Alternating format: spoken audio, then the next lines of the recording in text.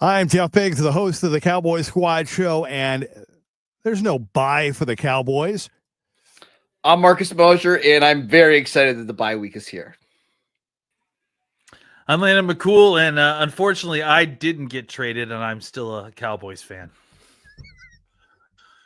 Glenn Stretch Smith, the Cowboys finally have a building block to start rebuilding this mule of a defense.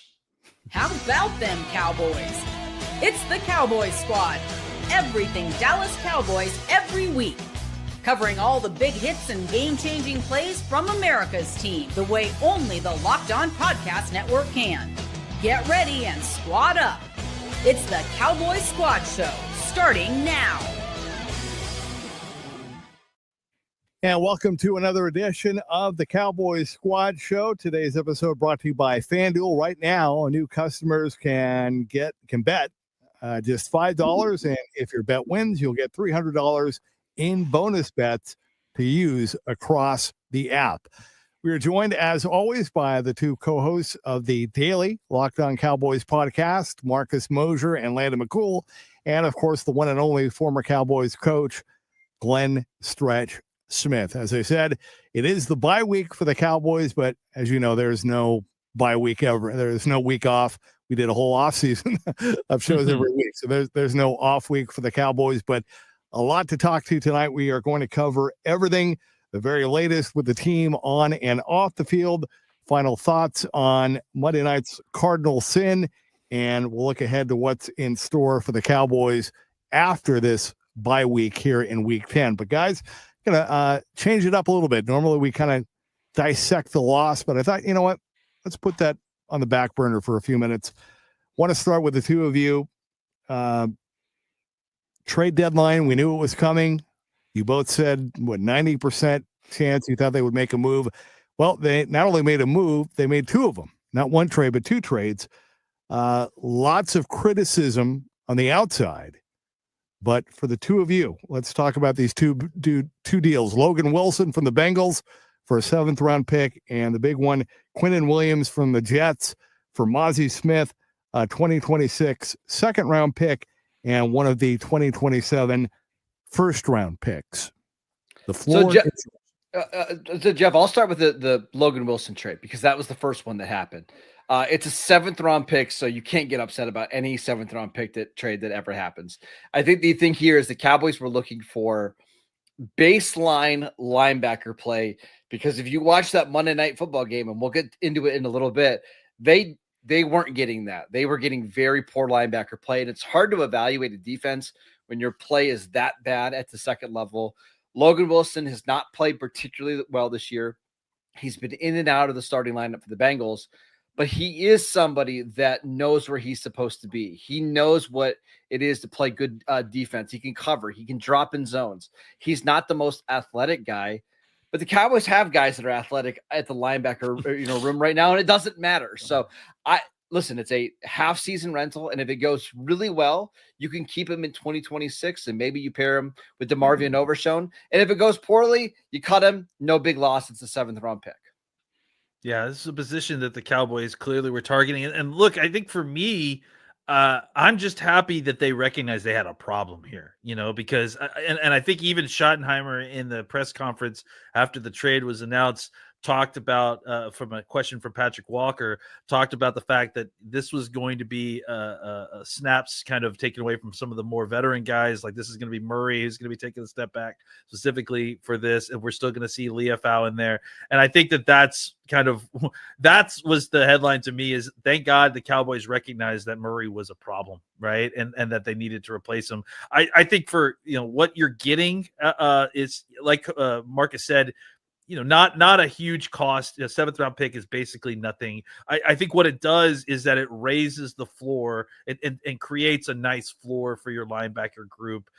This is probably kind of the inverse.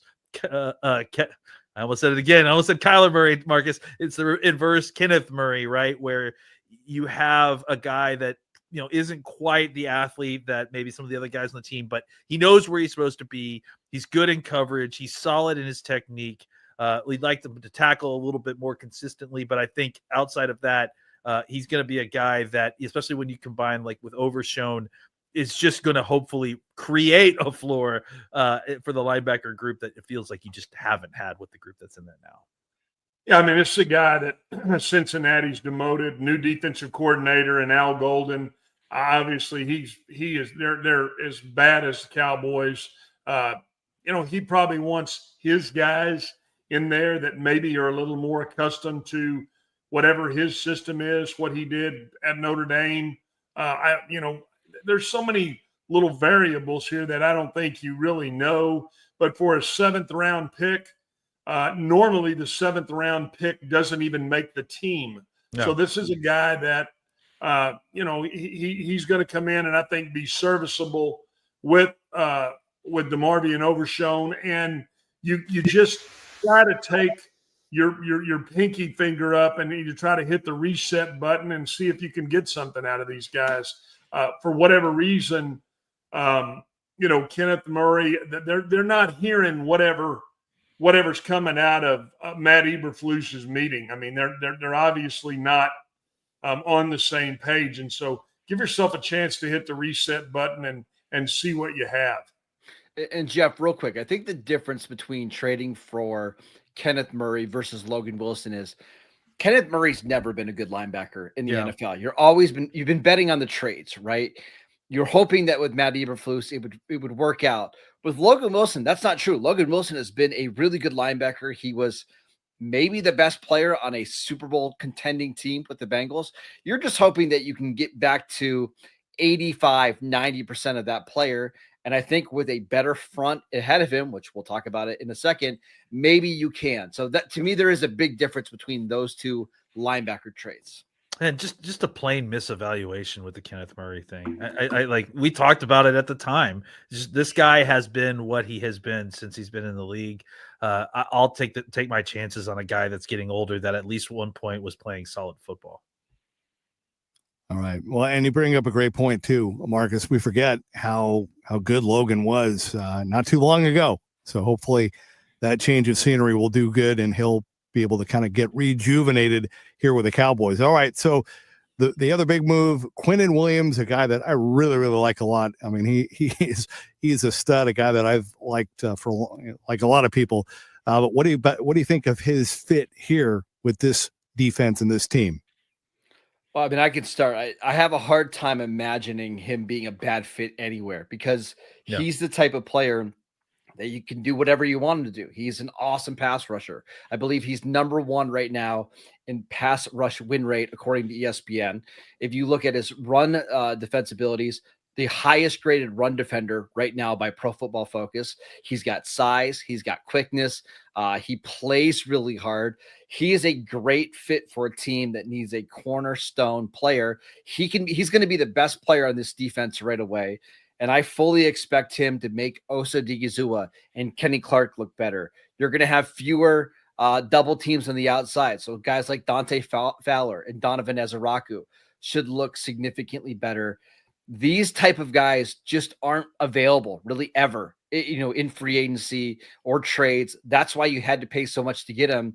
There's only a couple defensive tackles in the league, maybe, that you would take over him. He's in the prime of his career. It's not hard to understand why the Cowboys went out and tried to target him.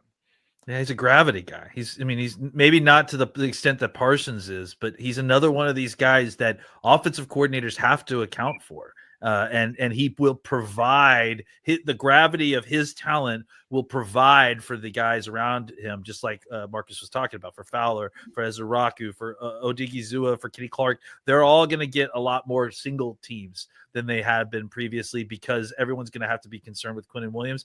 And then on top of that, Quinnen Williams is pretty good at defeating double teams too. So I mean, I think this was a no-brainer. When this was kind of floated pre the deadline, I thought Quinnen Williams and Simmons were slam dunks for the Cowboys if they could get either one of these guys. So and I think Coach brought it up. Like, now you've got a piece to kind of start this rebuild around, right? Now you've got someone on this defense who's a known commodity, a guy who is of all pro level talent, that you can kind of work the pieces around a little bit more. It was a good trade. I think the value was what you needed it to be, and you went out and got a guy who can actually make a difference on this defensive line. Yeah, again, this is somebody that you know is a player. You know what you have in a Pro Bowl player. You don't have to guess from a draft standpoint. This allows you not to have to reach for need in a draft. It kind of takes that back a little bit. And Lord knows we don't want to get to reaching and having to grasp for need. I've heard the argument, well, the Cowboys are giving up draft picks and they give up next year's second. Well, how have they done in the second round the last few years? So give me a guy that's a proven football player in here. You know, we've always talked about, okay, is a defense built from the front back? Or if you got if you got a special corner and you got somebody that could shut down the field, might you flip that line of thinking? I've always felt like you got to build it from the front back. And what it does is it allows you in your draft now not to have to reach for need. Because I don't want to start calling roll on the, Kavika Pittmans and Ebenezer Ekubans and all of these guys that the Cowboys tried to reach. And they reached for need, and it was not good. I mean, and so now you've given yourself at least a chance to play multiple cards in next year's draft. Yeah, they gave up the 27 higher of the ones in 27, but I got no issue with that. I heard somebody today, one of the shows, say, well, Dallas gave back 90% of what they got in the Micah Parsons. No, they didn't. What are you talking about? Yeah. It was one of the guys. It was kind of the long-haired guy. I don't even know who they are. Nick Wright. I'm sorry. It's Nick Wright, I think, is who you're talking about. God bless you. Did you sneeze? God, I don't know who he is. But at the end of the day, to make that statement is, obviously everybody has an opinion, but that is not 90% of what you got for Micah Parsons. Now, I get it. Some people sit back and say, wow, the Jets got 2 ones for Sauce Gardner, and they got A.D. Mitchell. And did they get more for Sauce Gardner than the Dallas Cowboys got for Micah? I just think when you start continually looking at where you're at the time of those trades, I just don't know that you can compare those two things. And so this is a football team that has a window to win with an offense this year and next year. And then they're going to have to set the reset button from an offensive standpoint. So with that being said, if you can gather Pro Bowl football players and you do it in line with how you build a defense from the front back, I got no issue with it. Yeah. Go ahead, Jeff.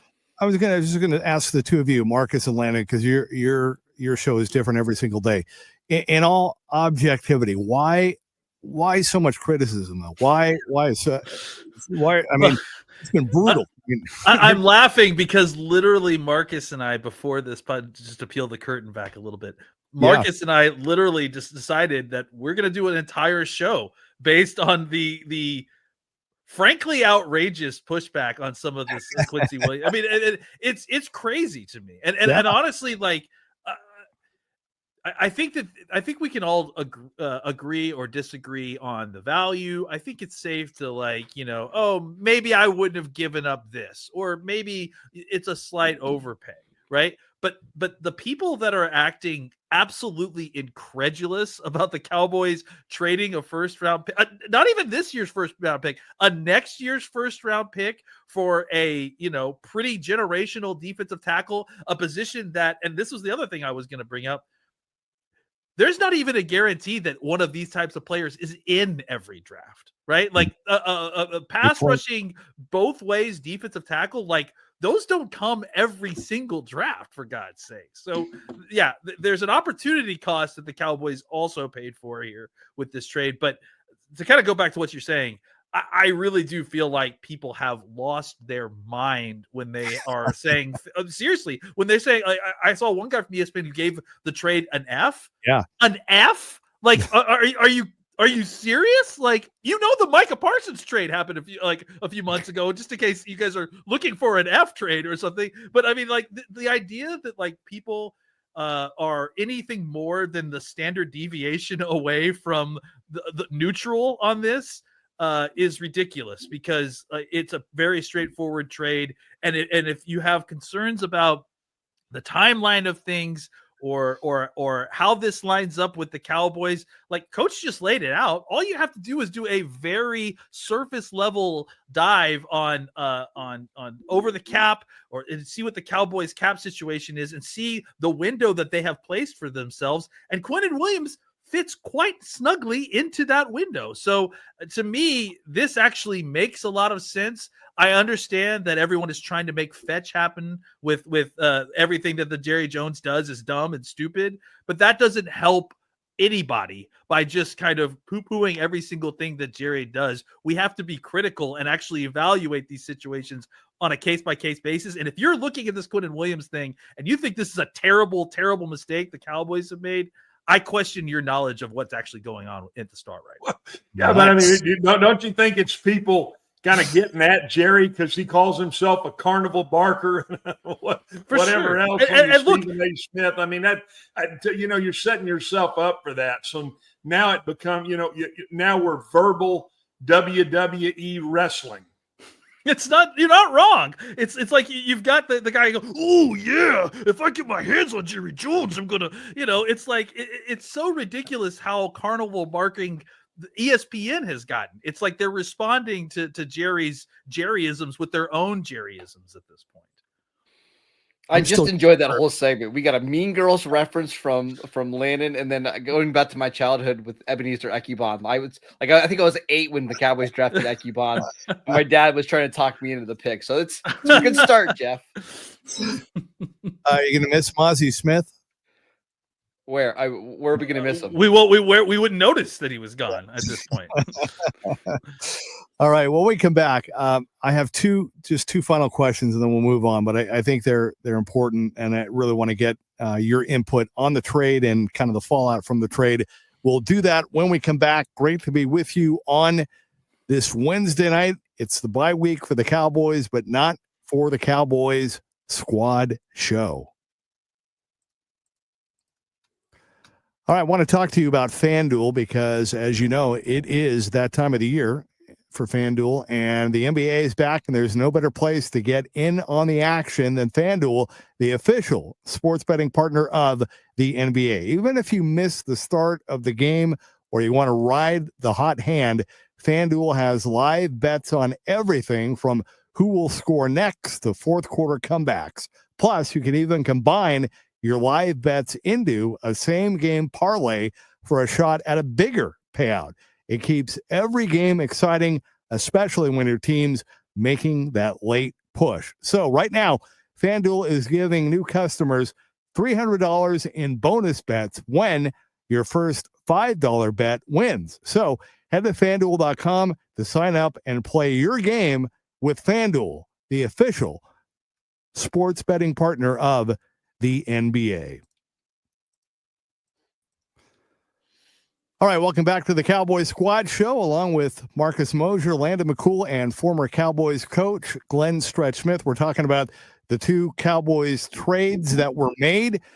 All right, so two kind of final questions. Number one, when I know it's only been 24 hours, a little more than 24 hours, but when you look at kind of where the season started and the Micah trade, and then bringing these two guys in, and you still have some picks left. We're talking about the criticism and pushback, but how do you feel about, where things stand now that the dust has settled, if you will? Can I start here real quick? Because this frustrates me. And I understand that there's like this constant need to like check in and like, where are we right now? But it's really, really hard, I think, to Well, I mean, it's pointless and painful. Let's put it that way. To constantly be reevaluating the Micah Parsons trade without knowing the actual outcome of all the results, right? Like without knowing, hey, who these next picks are going to be in 27 that you get. Well, I guess the 27 picks gone, but who the extra pick is going to be this year, right? Without having the full equation and without knowing like the money that was saved and how that money was spent.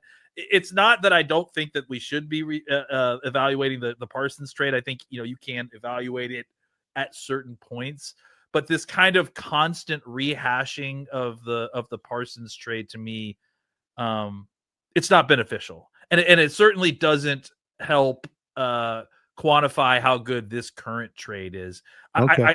I just feel like, no, and I understand like why we're talking about it, but I think the idea of like trying to arbitrate the whether the Parsons trade was good or not without getting all the results, I think is a little bit unfair to the deal, at least to understand exactly the totality of where it was in the scale of good or bad for the Cowboys. Yeah, I think it's good. I think it's bad, but how bad is it? Like, that's what I was gonna say. Landon and I wouldn't have done the Micah Parsons trade, and I don't want to speak for Coach. I'll let him have his opinion there. But now at this point, you can't just keep going back to the trade. It's about making your team better for the next couple of years, and they felt like getting a player like Quinnen Williams is going to be the best thing possible to help this team move forward.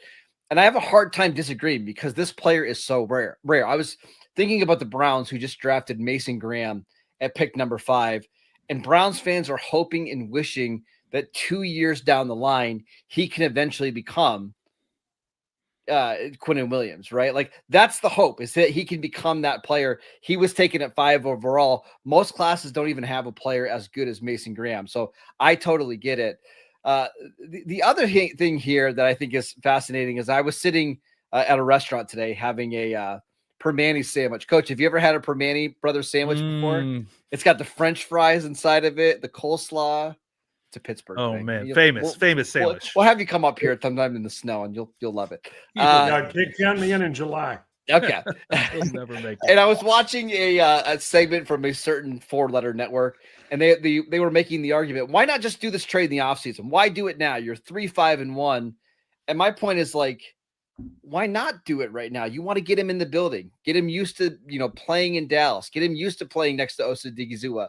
And now you can kind of evaluate your defense, Jeff, and like, okay, hey, now that we got Quinnen Williams, all of a sudden our defensive line is so much better. We don't need to throw more picks at that unit. We'll be okay there. We just need to throw these first-round picks and free agent dollars in the secondary, and that's how we get it better. I guess I don't get the hand wringing from making a move now versus waiting 6 more months before you go do one. All right. I mean, here's kind of my thought on this, and I'm so glad that Jerry did come out and finally say it on First Take the other day, because I think it's great, because he really showed you he showed you his hand. I am in no way was I in favor of trading Micah Parsons. I think he's a generational player. But here's what happened. In Jerry's defense, he thought he had a deal with that young man. He shook his hand and thought he had a deal with him. Okay? And then it backfired.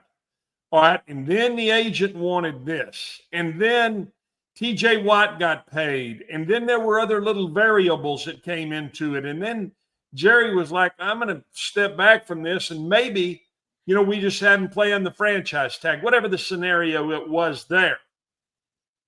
But when he went and laid down on that training table, that sent a resounding FU message to really all of them. And I think at that time, that's when Jerry, and if you see the grimace that he looks at his face, and he changed his whole demeanor. I think he wore 2 layers of enamel off his teeth, off his veneers, gritting and saying, neither one of these guys would have laid their ass down on that table, however it was he said it. At the end of the day, that's what pushed it over the top. So I'm kind of like, I agree with him. I don't like that. I didn't like that posture at the time, and I don't like it now. So move on. You made the trade. I'm not for it. I think you could have absolutely done something to work that out.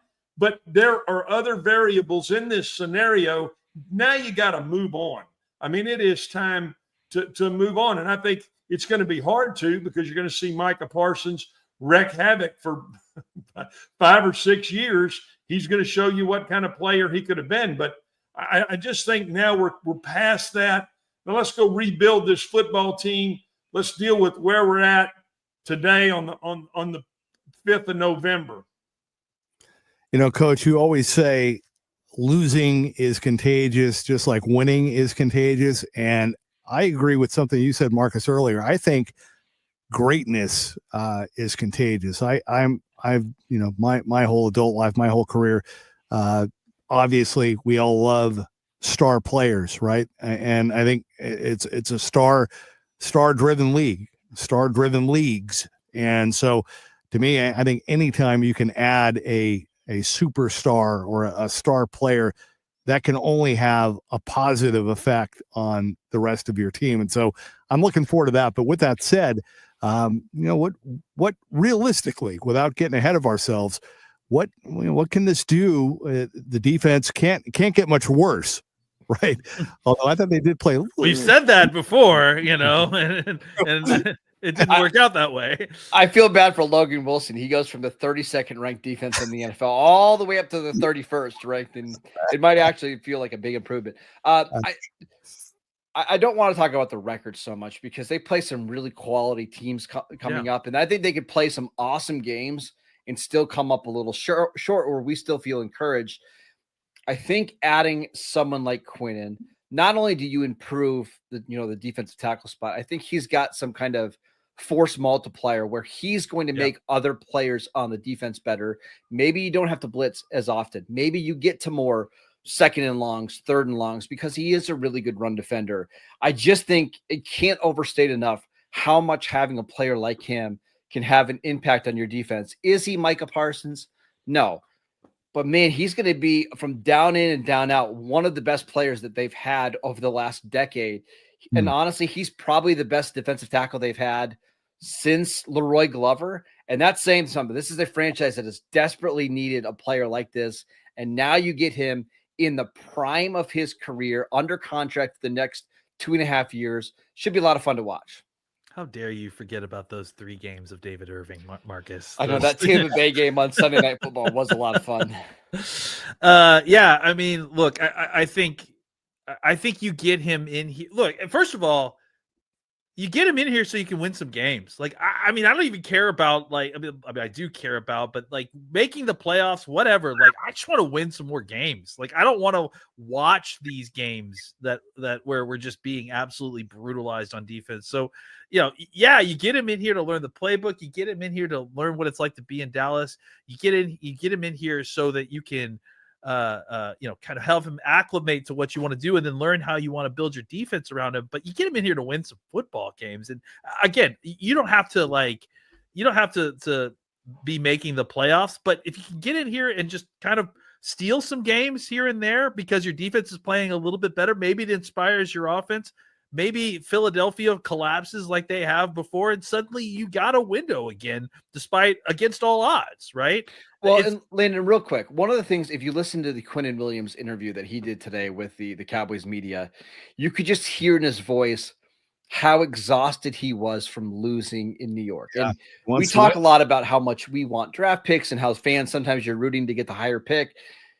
You can see how much it wears down players like Quinnen Williams. And for him, going from the Jets to the Cowboys, and I know the Cowboys have not been a winning organization, like in terms of Super Bowls and championships over the last 5, 10, 15 years, but there's a big difference between the Cowboys and the Jets. And I think that's what's got Quinnen Williams excited, is he's going to get to play in a bunch of primetime games on a team that's trying to win games.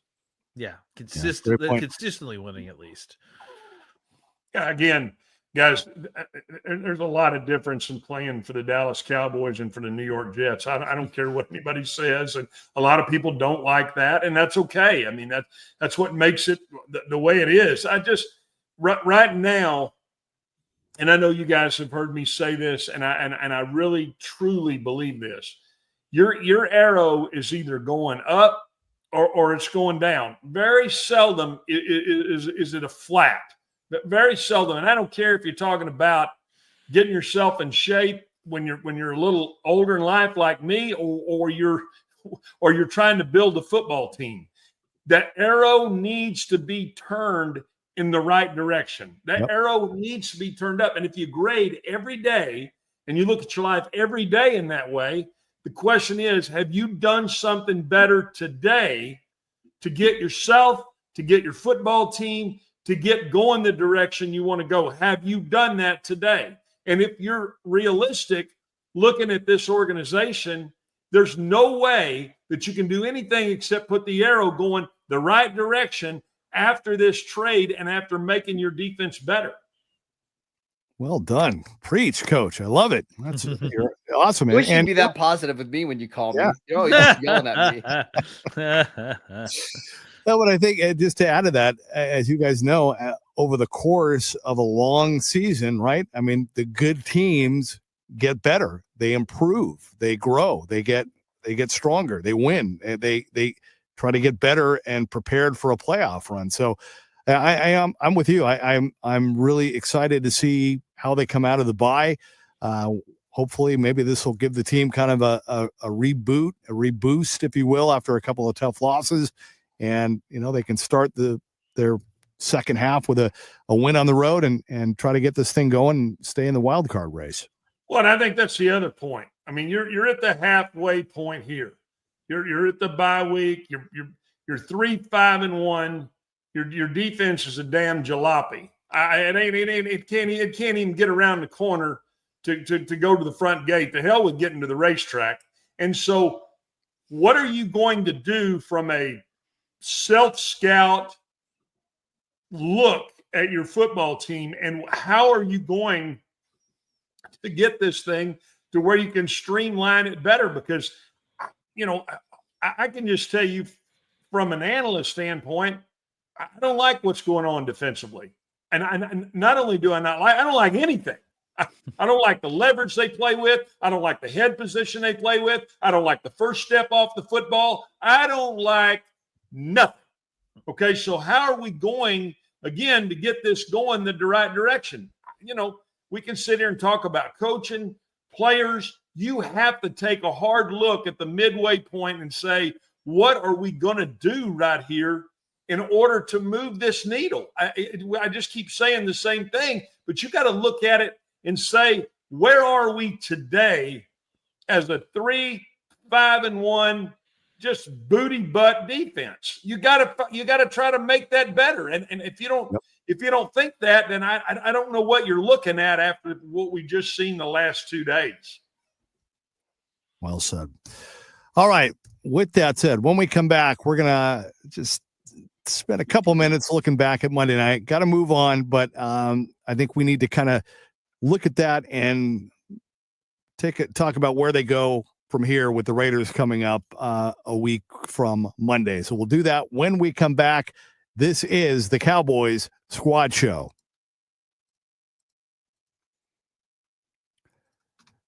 And I want to talk to you about Built. Nobody likes paying rent, right? But if you must, you might as well get something for it. That is where Built comes in.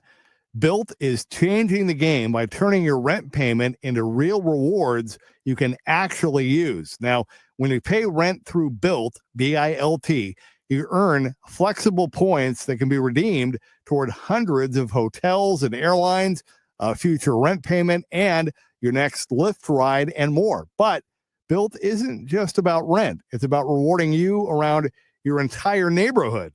All right. Built has made everyday life feel more rewarding, from your neighborhood to your travel plans. And whether you're grabbing food at your favorite local restaurant or heading to the gym, you are still earning rewards. So turn your rent into rewards and start earning points around your neighborhood by going to joinbuilt.com/LockedOnNFL. That's joinbuilt, joinbuilt.com/LockedOnNFL. Make sure to use that link so they know that we sent you. All right, we are back. The Cowboys Squad Show. That is former Cowboys coach Glenn Stretch Smith, along with the two co-hosts of the daily Cowboys podcast, Locked On Cowboys podcast, Marcus Mosher and Landon McCool. All right, so Monday night, that one did not go according to the script for me. Once again, lots of blame to go around. It's been a couple of days. What do you take away? You know, we've talked a lot about the defense, but all things considered, it wasn't all the defense Monday night. I think pass rush was 5 sacks. I think they did some things better. No. The offense was, I don't want to say the most surprising, because Jonathan Gannon has actually done a really good job against Dak Prescott over his career, but it was fascinating how well they did at holding up in the red zone and how they were challenging these receivers. You know, George Pickens and CeeDee Lamb have been almost unstoppable at home this year. And while those guys had some big numbers, most of it in the second half, it wasn't like they took over the game. And I think one of the big things that's happened over the last couple of weeks is that you're getting good production from Lamb and Pickens, but it's the other guys that haven't stepped up. And Jake Ferguson is the guy that I want to mention. He was held without a catch in the Denver game. And in this game, 5 catches for 50 yards, but he had multiple drops, including one drop that probably would have been a touchdown. He had another one that would have taken them down to the 1-yard line. He had a fumble. He had a holding call. He's not particularly strong as a blocker. Like, you need some of these other role players to step up. Kevontae Turpin dropped a pass early in this game. Javonte Williams fumbled the ball.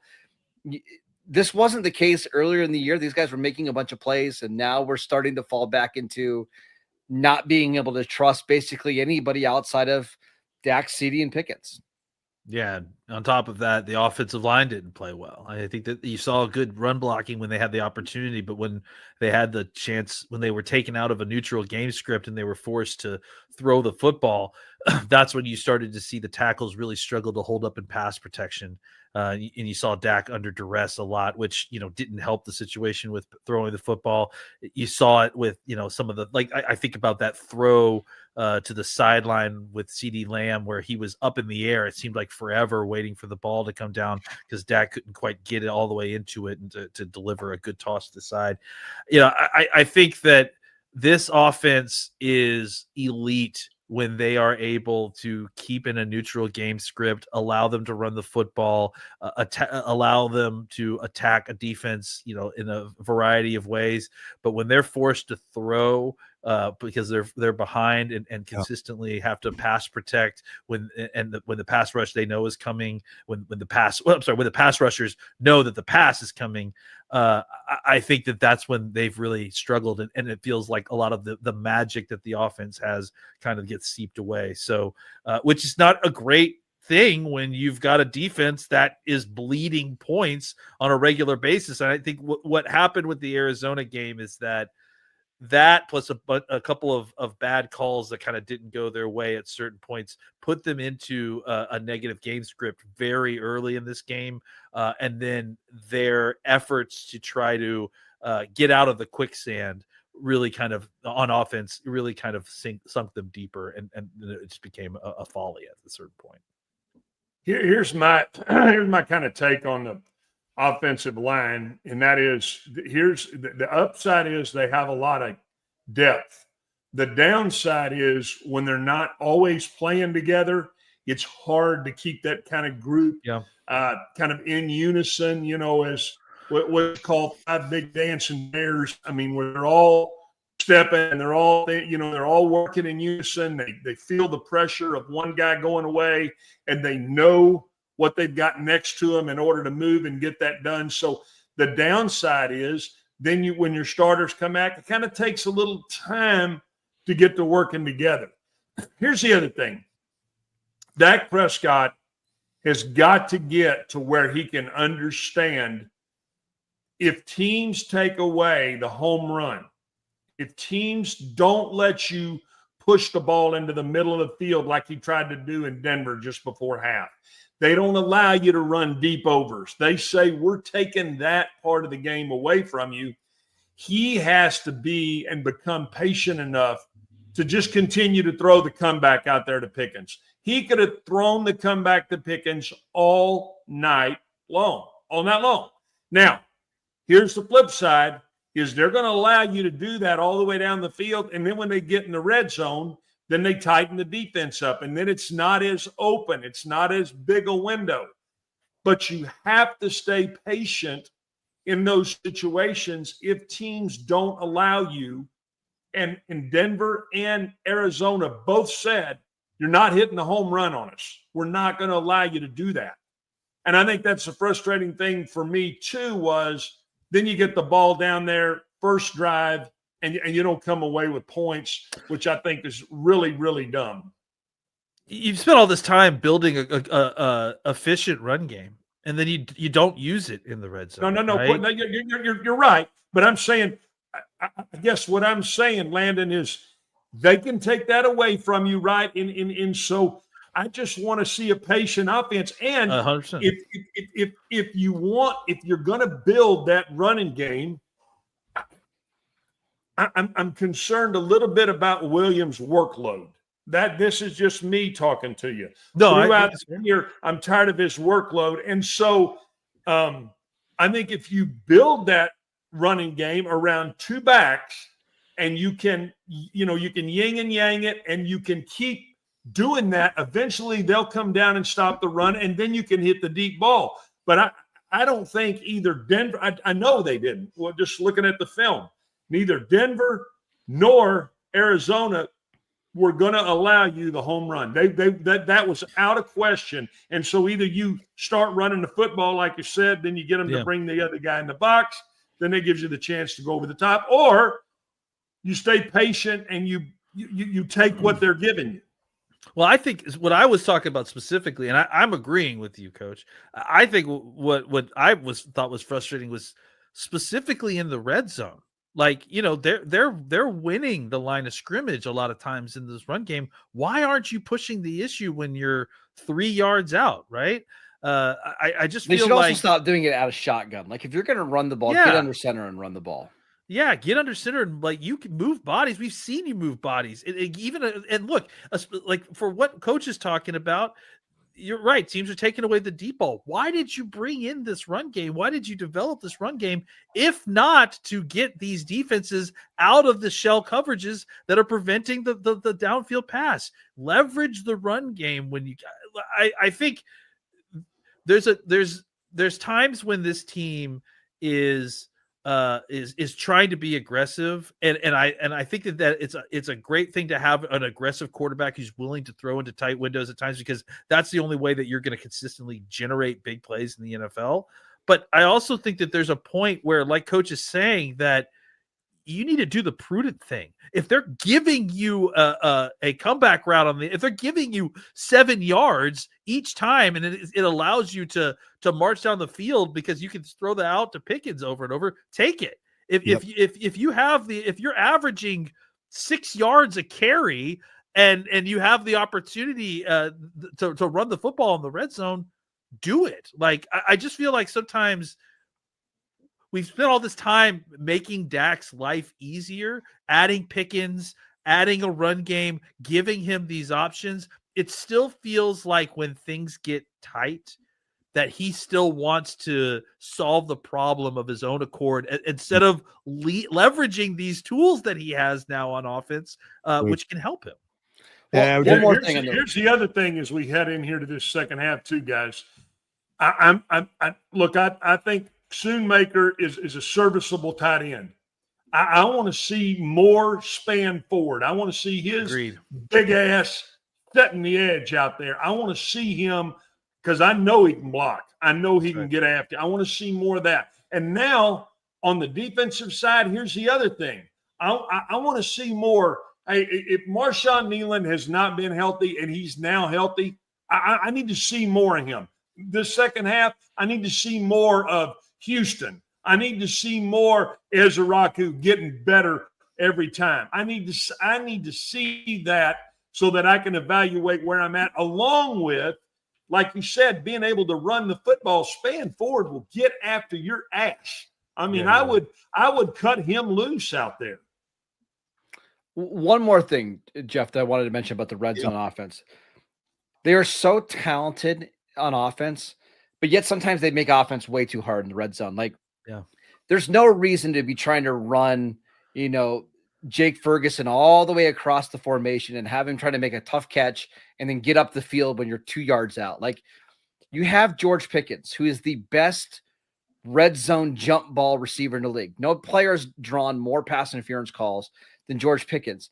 If you've got a light box, run it. If you've got one-on-one, throw him a fade. They have not thrown George Pickens one single fade inside the 10-yard line this year. They've got 2 receivers that can do that at the high level. There's only a couple things bad that are going to happen. You're either going to get a penalty call, you're going to catch the ball, it's going to be incomplete, and those are really the only things that are going to happen. I just would like to see them simplify the red zone offense a little bit more rather than designing plays for Ryan Flournoy in the back of the end zone like they did on Monday, excuse me. Yeah. And you all made excellent points. And I would just add, it seems like when the offense was at its peak, scoring 40 points a game, they were dominant. They were imposing their will. Everything looked smooth and in control. And to your points, the last couple of games, they just have been on their heels, trying to throw too much, Dak trying to do too much, and it has just not looked good. And I think the results speak for themselves. So hopefully that will be something they can straighten out as well. Last thing I'll say is, and I keep bringing this up, what you're asking the offense to do on a week-to-week basis is patently unfair. It's like you're asking them to score points while also protect a terrible defense. And it's difficult to serve 2 masters in that way. It's difficult to possess the ball and be explosive, right? Like, so as much as I'm also advocating for them to be running the football more efficiently or at least leaning on that run game, if you're struggling to score points in the red zone, and this has been a thing that has, been a thing for a few weeks now, stop getting in the red zone.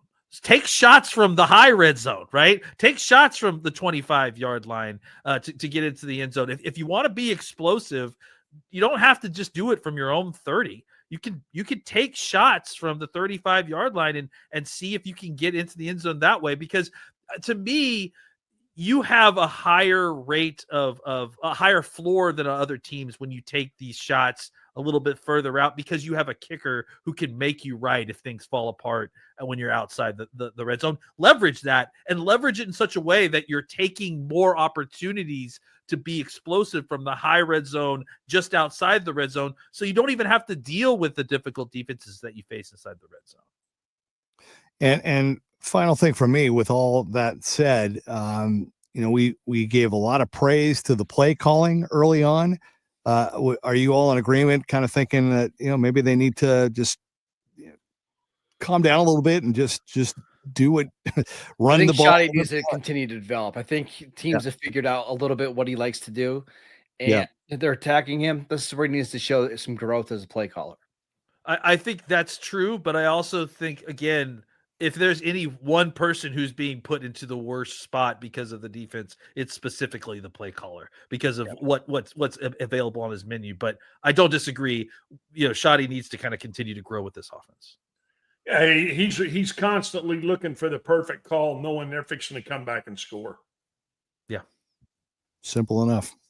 All right. When we come back, it's going to be a real quick break. Our final thoughts, final segment, and something I saw today was got some good news, but something kind of ugly. I'll share that with you when we come back.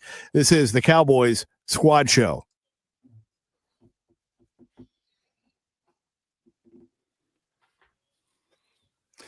All right, told you that would be quick. Welcome back to the Cowboys Squad Show with the 2 co-hosts of the daily Locked On Cowboys podcast, Marcus Mosher and Landon McCool. Did you guys? I want to give a little plug here about what you guys will have, not only the rest of this week, but also the rest of next week until we get back from the bye. The Cowboys get back from the bye. But did one of your episodes have the phrase "Is the season over" in it? I mean, well, you're 3-5-1 right now after 9 games. Their schedule, I believe, is the hardest in the NFL the rest of the way. Ouch. And there's 9 teams in the NFC right now who have at least 2 more wins than you. Ouch. It feels It feels like their odds of making the postseason are very, very slim. Maybe you go on a run, maybe Philadelphia collapses, but that was a game. Like if you were going to win, if you were going to make a run to the playoffs, you kind of had to win this game at home against the Cardinals. I think it kind of tells you where they're at as a team. Hey, Marcus, who played in the Super Bowl last year? That would be the Chiefs and the Eagles. And who are you playing on Thanksgiving this year? That'd be the Chiefs. And who are you playing 3 days before that? That'd be the Eagles. Interesting. Okay, so yeah, I think it's a very tough schedule, guys. The number one schedule in the NFL, and that's just a highlight of some of the things that this Cowboys team is going to have to face. And I think, listen, is the season over? No, I think last time I checked, they were at 14% to make the playoffs, which is seems ridiculously high. The number I saw today was 4%. Okay, so it's even gone down since maybe I needed to look at the updated number. Yeah. So I mean, look, it's the chances of making the playoffs are not very great. If you were going to make the playoffs, you were going to need to make a run that includes, winning some games in which almost none of the games, except for maybe the Raiders game, are you going to be favored in. And on top of that, you've got a team that the last 2 times we saw them play doesn't look like a team that's about to go on a run. That's the big right. Thing. They don't look like a playoff team. They don't look like a team that's like arrow is pointing. Now, listen, we've made some trades. Things are different with the defense. Maybe they come out of the bye and they look like a different team, and that certainly could happen. But I don't think it was unreasonable for us to look at what happened in Dallas against Arizona. And feel like, man, it's going to be an incredibly difficult thing for this team to turn around and do something this year. They could go 6-2 down the stretch, which would be an awesome. Like if they went 6-2, that would be something that we'd be really excited about for this Cowboys team. And that's not going to get you into the postseason. You're just not going to get into the postseason at 9-7-1 in the NFC. And that kind of shows you what you're up against. They're going to have to go 7-1 to do it.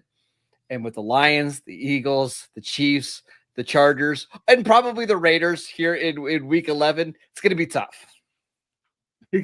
You guys remember early in the year, we were looking at this schedule. We were going, man, they got to beat Carolina. They got to beat Chicago. They got to beat Arizona in order to give themselves. They lost all those games. They lost every game that we talked about.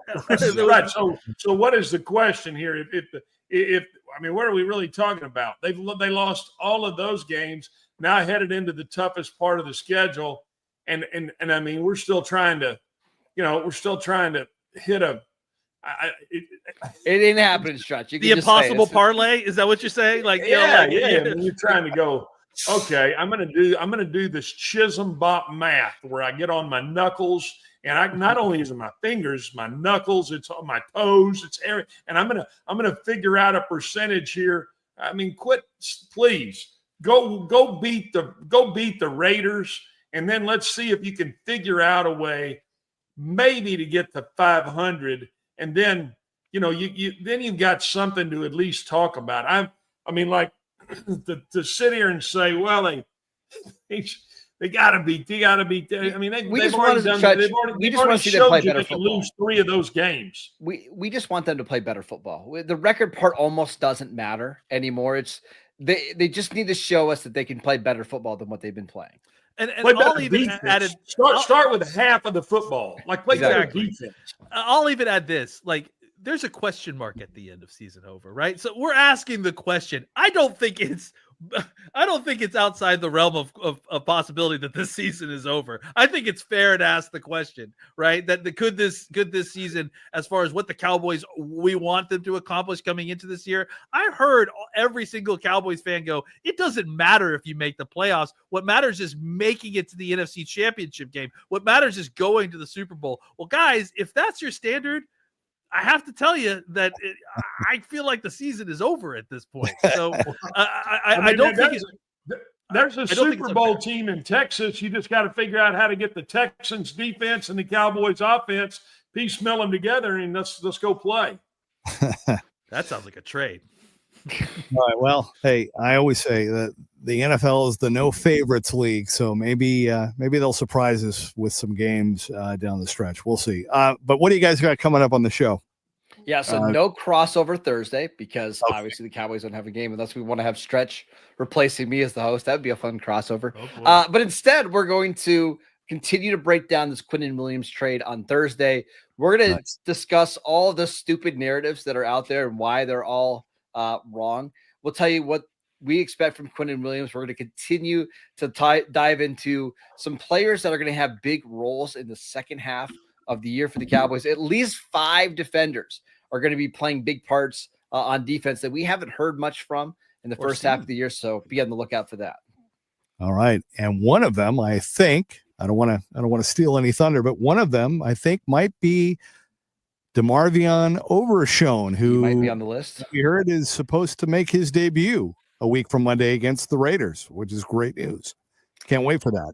Yeah, and you wonder how much just having him and his energy on the field could really, rejuvenate this defense. And I'm sure the Cowboys are going to be very cautious with him because they play, 3 games in however many days, 12 days or 11 something. 12 days. Yeah. They play on Monday and then they play on Sunday. They play on Thursday. Then they play a following Thursday game, which is just a ludicrous schedule. But having Overshown back is going to be a lot of fun to watch. Can't wait. Since it's an off week, Marcus, why don't you give us a weather report there in Pennsylvania for Monday? See, he's loving this because he called me today and he was asking what the weather is doing. And I told him that on Monday, we're having our first big snowstorm of the year, 11 inches supposed to come. So he was just giddy about it the whole time that I'm going to be up here suffering. It's like a high, a low of 65 here. Great. I'm so happy South for Pasadena. So, we were talking about the running game and Javonte Williams, and man, I mean, he, because of his size, he does a great job blocking, but he takes some hard hits back there when he's pass blocking. Malik Davis was waived again. So do you think that means Jaden Blue will kind of get out of the doghouse and maybe have a back full? No. Coach, what do you think?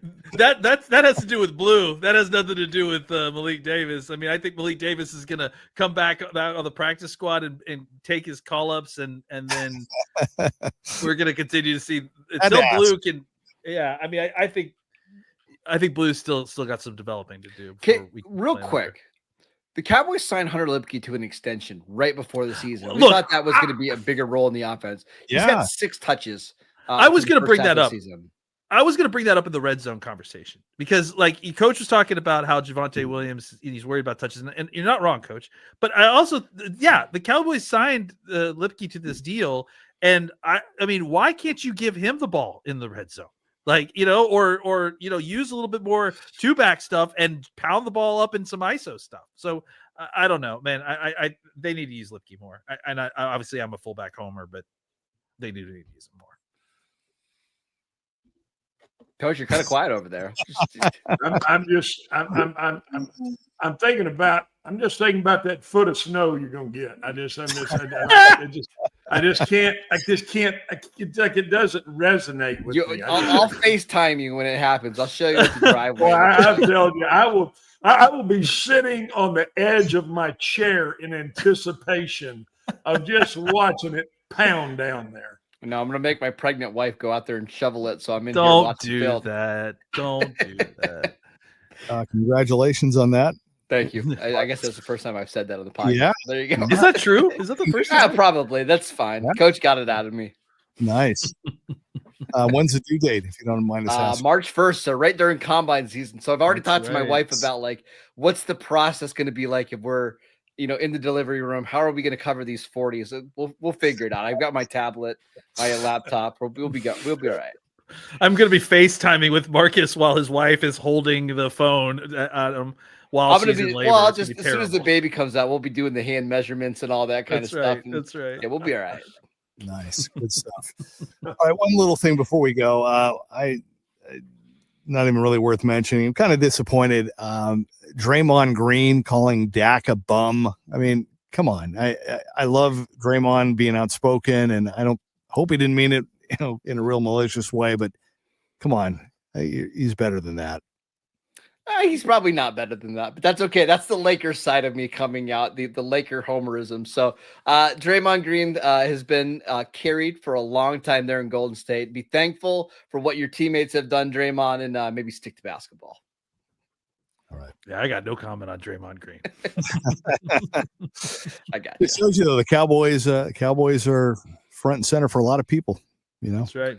Yeah, I think Draymond's a Lions fan, so you can't blame him. That's true. That's right.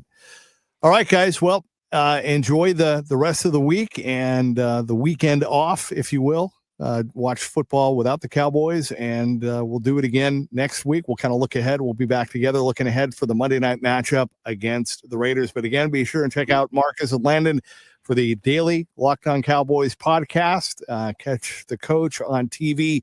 And again, we'll be back with you 1 week from tonight. Thanks to everybody watching. This has been the Cowboys Squad Show.